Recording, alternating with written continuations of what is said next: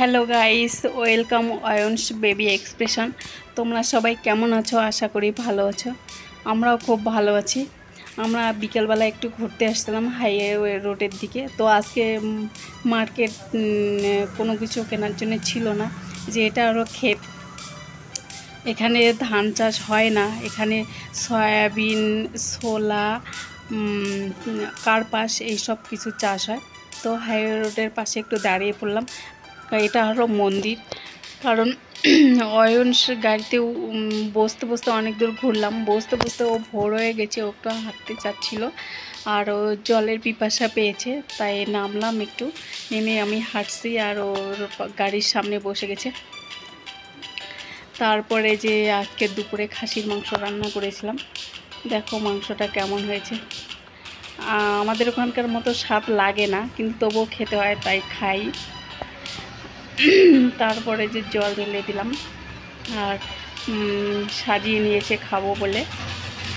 আর যে অয়ন্স ওর পাপা খেলছে গ্যালারিতে। এই যে অয়ন্স দাঁড়াতে পারে, একটু একটু হাঁটতেও পারে। ও পড়ে যায় আবার উঠে, সেরকম ভালো করে এখনও হাঁটতে শেখেনি। হয়তো এই মাসটা গেলে ও কমপ্লিট হবে হাঁটা।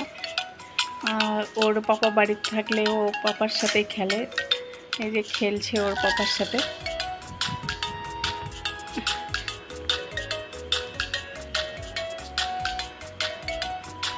এই যে ওর পাপার কাছে বায়না করছে বাইরে ঘুরতে যাওয়ার জন্য, পাপাকে যে গেঞ্জি ধরে টানছে।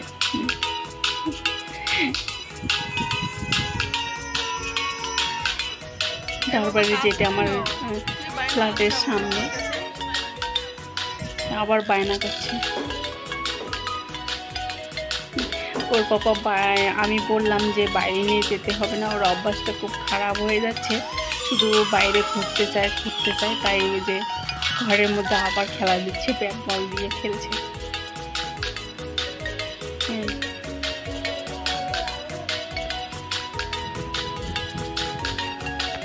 গান শুনলে ও একটু ডান্স করে, খেলছে। আমি আর ওর পাপা পাশে বসে দেখছি।